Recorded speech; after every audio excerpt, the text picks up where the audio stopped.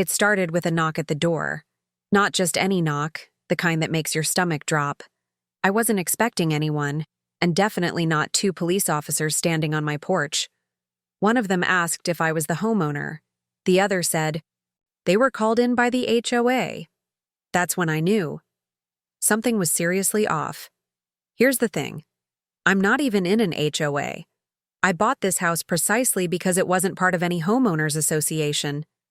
No monthly dues, no nosy board, no one telling me what color I can paint my mailbox. But somehow these people, this HOA from a nearby neighborhood, thought they had some kind of control over my property. And now they'd involved law enforcement. First, I thought maybe it was a mistake. Wrong address, right? But the officers had paperwork, not legal documents, just printed complaints from the HOA about my violations. They claimed I broke landscaping rules, had an unapproved structure in my yard, and even said my fence didn't meet their standards. I asked them, how can I break rules that don't apply to me? That's when the real story started to unravel. Turns out, this rogue HOA had been slowly expanding its reach, trying to push its control onto nearby homes that weren't under their jurisdiction, and mine just happened to be one of them. They didn't own the land, didn't have any legal authority, but that didn't stop them from acting like they did. I wish I could say the cops saw right through it. But what happened next? Let's just say it wasn't what I expected. And the HOA? They weren't backing down. That was their first mistake, because they messed with the wrong homeowner. And I wasn't about to let them get away with it. Stick around, because it only gets crazier from here. So after the cops left, without taking any action, thankfully, I sat there trying to figure out what just happened.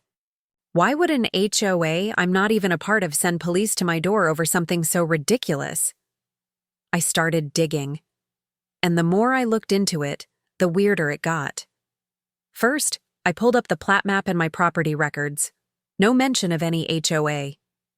My lot was outside their boundary lines, and my deed was crystal clear. No mention of being under any association. I even called my real estate agent to double-check. She was just as shocked as I was. She told me this kind of thing shouldn't happen. But in some neighborhoods, rogue HOAs try to act like they own everything around them. Then I started getting letters, not from the city or the county, just from the HOA.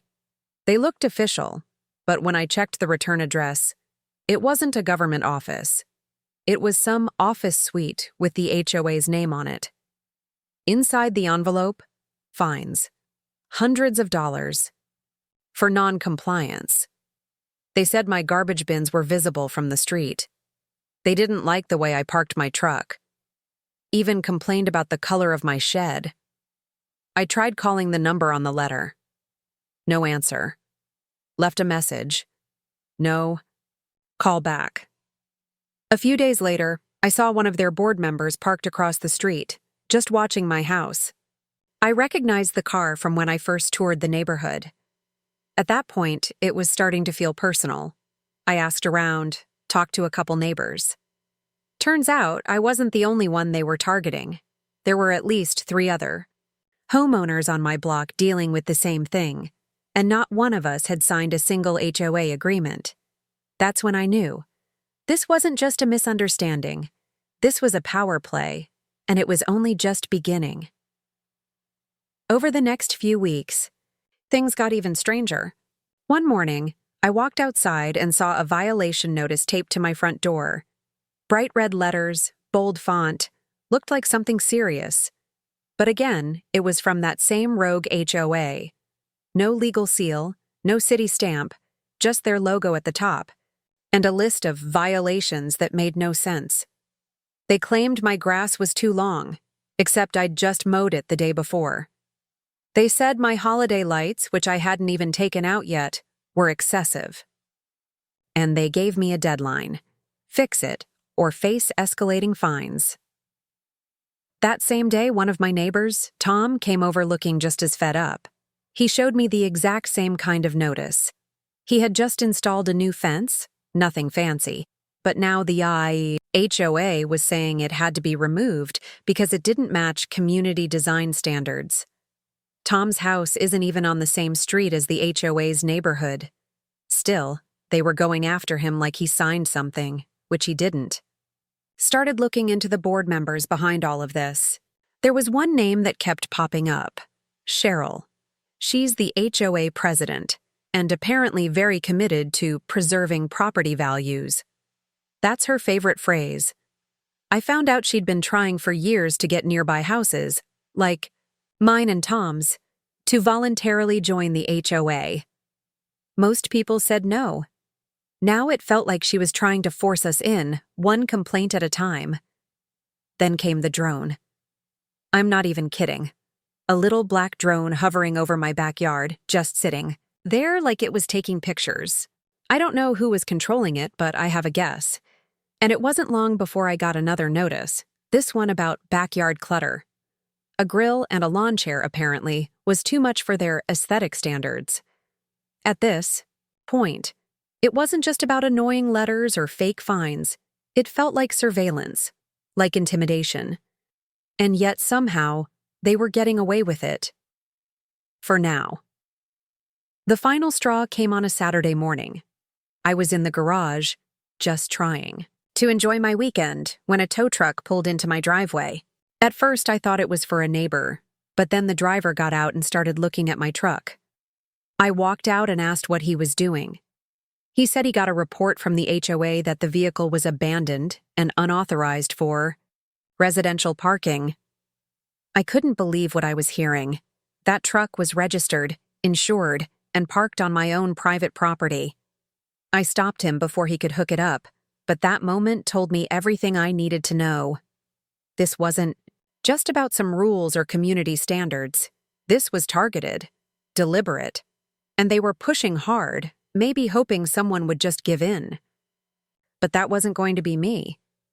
I started documenting everything: photos, letters, timestamps, even a few videos. I filed a police report about the drone and talked to an attorney, just to be sure I wasn't crazy. The lawyer confirmed what I already knew. This HOA had zero authority over me or my property. But unless I took action, they were just going to keep pushing. And it wasn't just me they were messing with. Tom told me his wife stopped letting their kids play in the front yard because she kept seeing the same HOA board member circling the block slowly in her SUV. Another neighbor, Lisa, found a warning letter inside her mailbox, which, by the way, is a federal offense. She was too nervous to go on camera, but she gave me her copies of the notices. Same language, same threats, different address. The tension on the street was thick. You could feel it. Everyone was waiting to see who would blink first, us or them. But they didn't realize something important. I'd been quiet up to this point, watching, gathering. But now I was ready to push back. And what happened next? They never saw coming. Just when I thought I had a handle on things, something happened that threw everything sideways. I got a letter, not from the HOA this time, but from the county. An official-looking envelope with real legal language. At first, I thought maybe they were finally stepping in to shut the HOA down. But when I opened it, my heart dropped. It was a notice of code enforcement. According to the document, I was under investigation for multiple reported violations concerning zoning, property upkeep, and even unauthorized construction. It didn't make sense. I hadn't built anything new, and my property was clean.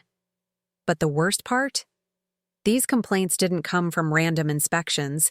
They came from anonymous sources. I don't think I need to tell you who those sources probably were. This wasn't just the HOA sending empty threats anymore. Now they were weaponizing actual government departments against me. I contacted the county office and scheduled an inspection. The guy who showed up was polite, but confused. He looked around and clearly saw there was nothing out of the ordinary. Still, he said once a complaint is filed, they have to follow through. He mentioned that several complaints from the same Neighborhood Watch group had recently been flooding their office. That's when I connected the dots. Cheryl and her board weren't just bothering us on their own. They were organizing something bigger behind the scenes. Meanwhile, the neighbors were getting more nervous. One family down the street had a for sale sign up practically overnight. They didn't even want to fight. They just wanted out. That's when I realized this might have been the HOA's plan all along. Push hard enough, create enough fear, and get people to sell. Drive down prices, scoop up properties, and expand their reach. And if that was true, then this wasn't just about control. This was about power and profit. And the worst part? I had no idea how far they were willing to go next. So here's where everything finally came to a head. The county inspection came and went with no violations found. I got that in writing. But I wasn't done. I took every letter, every photo, the drone footage, the tow truck video, everything, and handed it over to my lawyer. He drafted a cease and desist letter addressed directly to the HOA board, naming each member, especially Cheryl. It outlined the harassment, the false claims, the overreach, and the misuse of public services. It also warned of legal action if they didn't back off immediately. But that wasn't the only thing I did. I called a local news station, not to make a scene, but to shine a light on what was happening in my neighborhood. Turns out they'd already heard whispers about this HOA pulling shady moves, and they jumped on the story. A crew came out, interviewed me and Tom, faces blurred just in case, and aired the segment later that week. Once it went public, things moved fast. The county launched its own investigation into the HOA's complaint history. Apparently, mine wasn't the first property they'd targeted outside their legal area. The real kicker? Cheryl had a private real estate business on the side. She was trying to pressure homeowners, then swoop in with lowball offers when they'd had enough.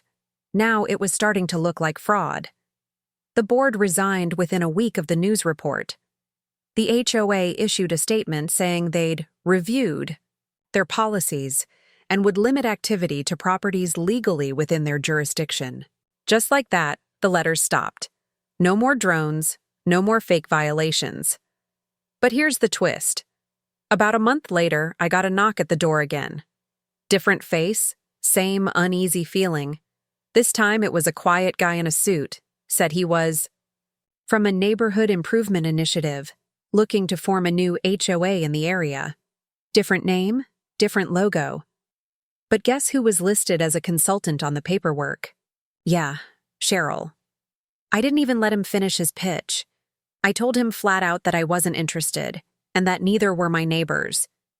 I mentioned the news story, the cease and desist, and that I had no plans of dealing with anyone trying to bring HOA drama back to our street. The man didn't argue. He just nodded, handed me a flyer I didn't bother to read, and walked away. I haven't seen him since. After that, things slowly returned to normal. The tension in the neighborhood faded. Tom fixed up his fence without anyone bothering him. Lisa started letting her kids play outside again. A few of us even organized a casual neighborhood BBQ. No board, no rules, just people being neighbors. It reminded me why I moved here in the first place. Freedom, peace, community without control. As for Cheryl, I heard she moved 2 towns over. Rumor has it she's trying to set up shop there, but people are more cautious now. Word travels fast when someone's name shows up in a local news story about HOA harassment and real estate schemes. Hopefully, she's done trying to push her fake authority on homeowners who didn't ask for it. Looking back, it's wild how fast things escalated, and how important it was to stand your ground. If I had ignored that first knock or given in to their scare tactics, who knows how far it would have gone. These HOAs can't just make up rules and force people into them.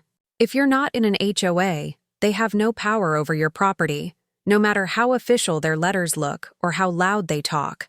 So if you're ever in a similar situation, keep records, know your rights, and don't be afraid to push back. Sometimes, The quietest homeowner turns out to be the biggest problem. For the wrong people.